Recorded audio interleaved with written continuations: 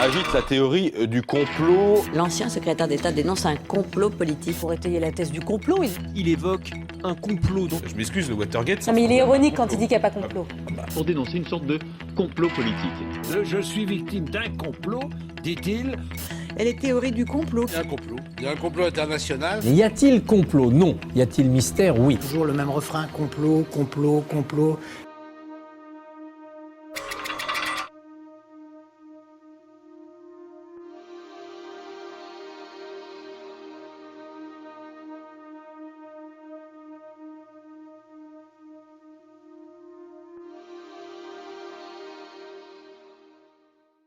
J'observe qu'on ne peut plus en France décrire ce qu'est la géopolitique américaine sans aussitôt se faire taxer de complotiste avec un petit rire. Sous-entendu, le pauvre, il faudrait qu'il aille quand même aller prendre des anxiolytiques et il est zinzin. Alors, je vous ai apporté, je vais le lire à haute voix, parce que je suis têtu. Paris Match, 136, 27 octobre 1951. Question à M. Eisenhower, qui à l'époque est à la tête du chef, c'est-à-dire qu'elle va devenir l'OTAN, et qui après devient président des États-Unis. Répond à question du journaliste. Que pensez-vous de la Fédération européenne? Réponse. Rien ne pourrait nous être plus agréable que d'apprendre que les États d'Europe occidentale ont décidé de réunir dans une ville d'Europe, disons à Luxembourg, des délégués responsables avec le mandat de rédiger l'acte constitutionnel de l'Europe, de désigner la capitale, et qu'à partir du 1er janvier, l'Europe occidentale fonctionnera comme fédération. Aucune décision ne pourrait mieux nous aider dans la tâche que nous poursuivons. Alors, est-ce que c'est du complotisme que de lire Paris Match? Monsieur Clinton, président des États-Unis le 15 novembre 1999 à Ankara, dépêche AFP de 15h35.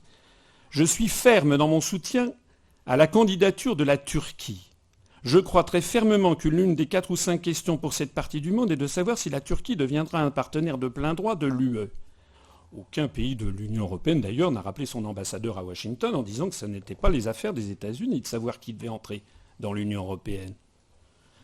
Monsieur George Bush, président des États-Unis, discours à l'université de Varsovie. La preuve qu'on n'est pas aux ordres des États-Unis, c'est que la Turquie n'est pas entrée et n'entrera très probablement pas. Oui, ça fait déjà 6 milliards d'euros que l'on a versé avec votre argent.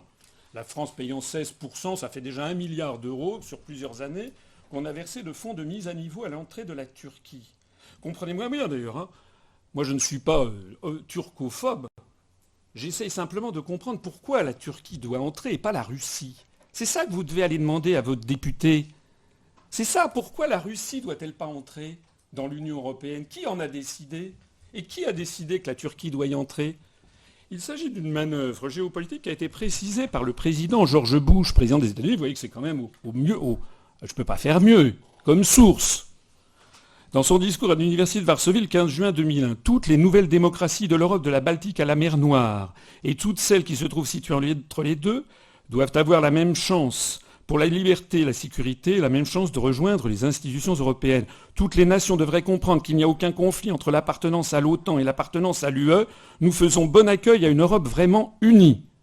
C'est du complotisme. Madame Condoleezza Rice, pendant qu'il y avait les élections en France, le référendum de 2005, elle était allée à Vilnius, elle est reçue par le président lituanien Valdas Adamkus, c'est une dépêche AFP du 21 avril 2005. Nous avons fermement soutenu le projet européen, son achèvement ainsi que l'Union européenne. De notre point de vue, la poursuite du succès de la construction européenne est importante. Et puis, puisqu'on parlait tout à l'heure du référendum sur l'Écosse, est-ce que vous avez noté cette chose étonnante qu'il y a actuellement 2 projets de référendum, l'un pour l'indépendance de la Catalogne,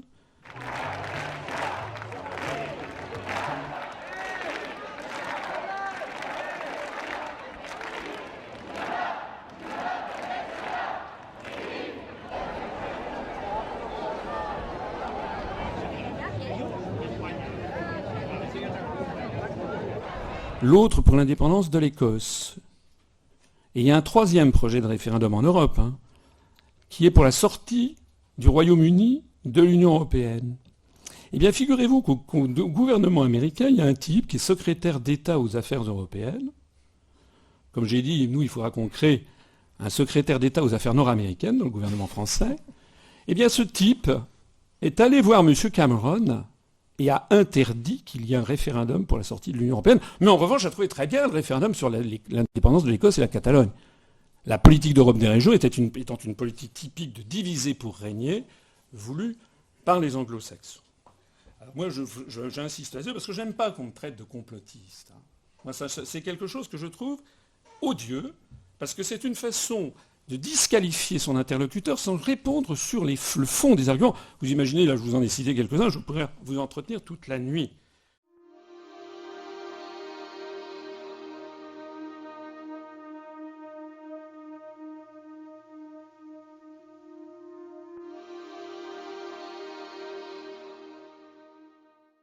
Une question qui ne vous a pas été posée aujourd'hui, c'est est-ce qu'on peut faire l'Europe sans que les Américains soient d'accord ? Oui, c'est un débat essentiel. Fin, si vous voulez, j'ai pris un risque qui n'est pas de refaire un livre, mais de republier ce que j'avais écrit il y a 17 ans, en supprimant ce qui vraiment était trop lié à l'actualité. Alors, le vrai problème, c'est l'identité européenne. Quand on parle de protection, vous voyez, de préférence communautaire, c'est-à-dire de traiter les autres différemment de nous, la justification pour faire ça, c'est d'être différent des autres. Il faut donc essayer, alors là je suis pour fabriquer une civilisation européenne. Et ça ne peut se faire pas contre les États-Unis, parce qu'ils sont trop puissants et qu'il ne faut pas se couper d'eux, mais ça doit se faire en étant différent des États-Unis. Et à condition qu'ils acceptent.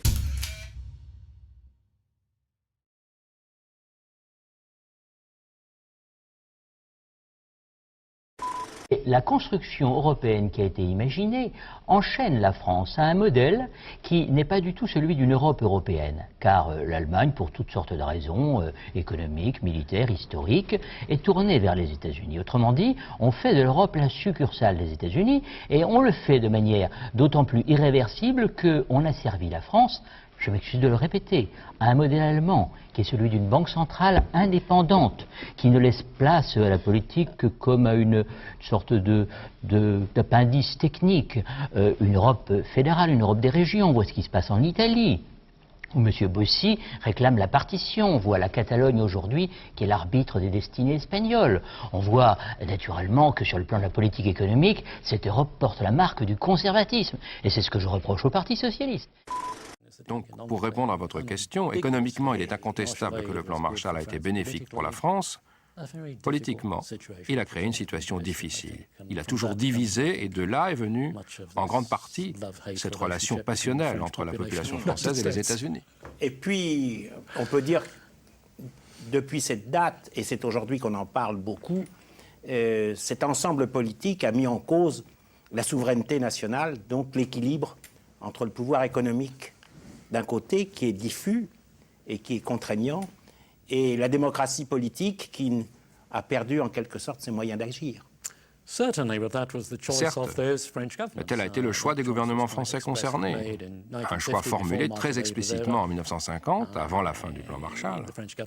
Un choix fait pour la première fois par Schuman et Monnet. Et ce choix délibéré n'a cessé ensuite d'être confirmé et reconfirmé jusqu'à Maastricht. Il a toujours été contesté, mais il a toujours marqué la vie politique française. Donc nous vivons toujours sous l'influence directe de ces événements que nous venons de voir de novembre 1947. C'est toujours actuel. La division est là, et les avantages économiques aussi. Si j'étais français, je serais moi aussi partagé.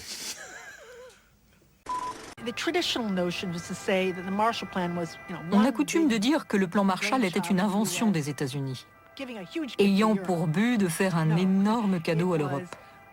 Pas du tout. Il s'agissait en fait d'une série d'investissements destinés à orienter et réorganiser l'Europe.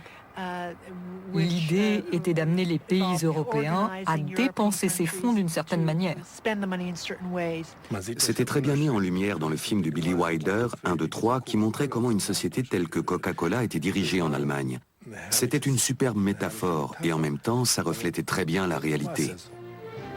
The Western sector, under Allied protection, was peaceful, prosperous, and enjoyed all the blessings of democracy. Just by coincidence, this happened to be the company I work for. To Wendell P. Hazeltine, Home Office, Atlanta, Georgia. From C.R. McNamara, Berlin Branch. Production figures for May, 270,000 cases. Consumption per capita now 5.2% above last year. Ils ont aussi exporté des idées. En Allemagne, on s'est mis à diriger les entreprises et les écoles dans un tout autre esprit. Et on ne pratiquait plus la politique de la même façon. Tout était calqué sur le modèle américain. Publicity campaign to reorient German businessmen's lunch succeeding. 27% now having Coke with the Knockwurst. Now, here's a real hot flash. We may become the first American company to crack the Iron Curtain. Wo fahren Sie hin? Ost-Berlin. Papiere. American citizen. What is the purpose of your visit? I'm going to see Commissar Petrikov, chairman of the Russian Trade Commission. What for? On business, I represent Coca-Cola. Coca-Cola? You have proof? Will this do? I confiscate proof. Fair enough. Just return the empties. Okay, proceed.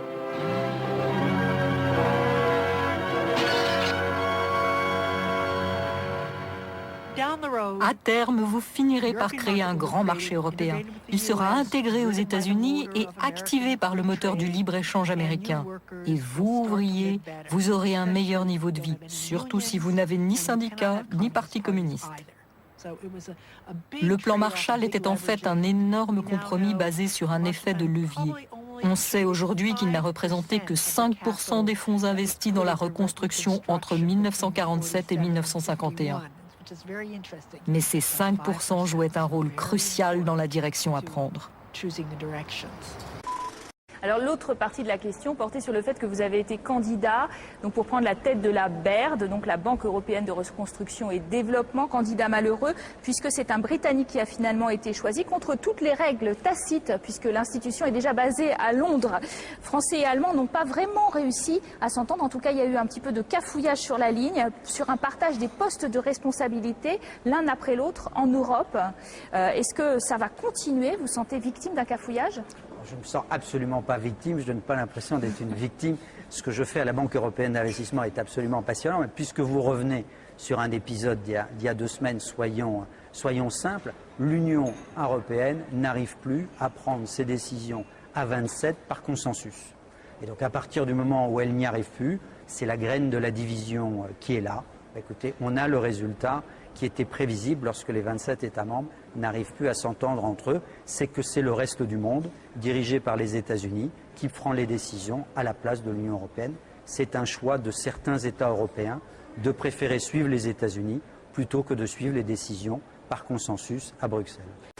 Mais le problème qui se pose est celui de la situation de l'Europe après la Seconde Guerre mondiale. Et ça ramène à une politique américaine. C'est la politique américaine qui conditionne la politique européenne. Les États-Unis, déjà face à l'Union soviétique, avaient voulu organiser en Europe quelque chose qui soit une zone, sorte de contre-feu à l'Union soviétique. Évidemment, la Seconde Guerre mondiale a changé complètement le contexte.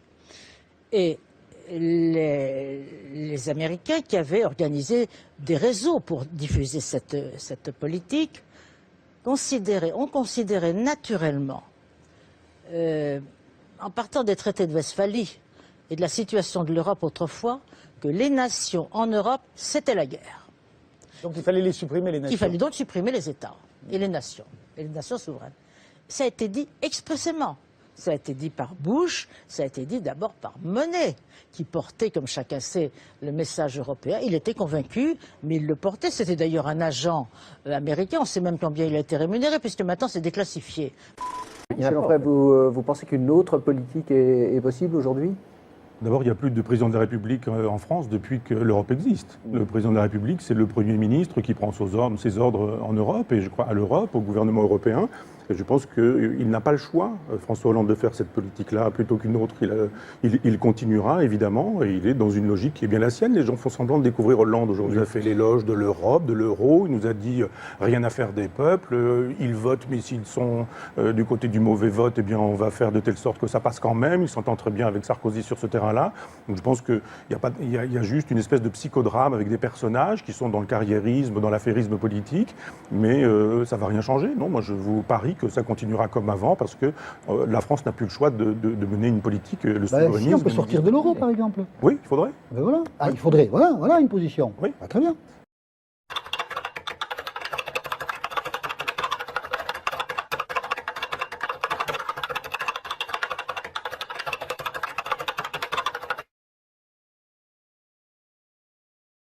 Et on a donné un spectacle absolument lamentable, un spectacle honteux où chacun défendait ses intérêts nationaux, et notamment l'Allemagne, qui a refusé de comprendre que l'on partageait un destin commun. Obama a pris son téléphone et a appelé la chancelière pour lui dire « il faut céder ». Alors il a eu une conversation avec Nicolas Sarkozy, mais le point dur était la chancelière. Il a passé un coup de fil le vendredi, il l'a rappelé le dimanche pour la faire céder, et il est parvenu à la faire céder. Mais son intervention ne s'est pas arrêtée là. Il a appelé aussi Zapatero, le Premier ministre espagnol, qui lui-même refusait de comprendre l'ampleur de la crise. Et donc il a dû appeler Zapatero pour lui dire « il me faut un plan de rigueur ». Et donc Zapatero, qui jusque-là refusait de céder à la pression des partenaires européens, a annoncé dès le lendemain qu'il allait adopter un plan de rigueur, et ça a contribué évidemment à calmer les marchés qui ont été rassurés. Donc moi je pense que le président actuel de l'Union européenne s'appelle Barack Obama.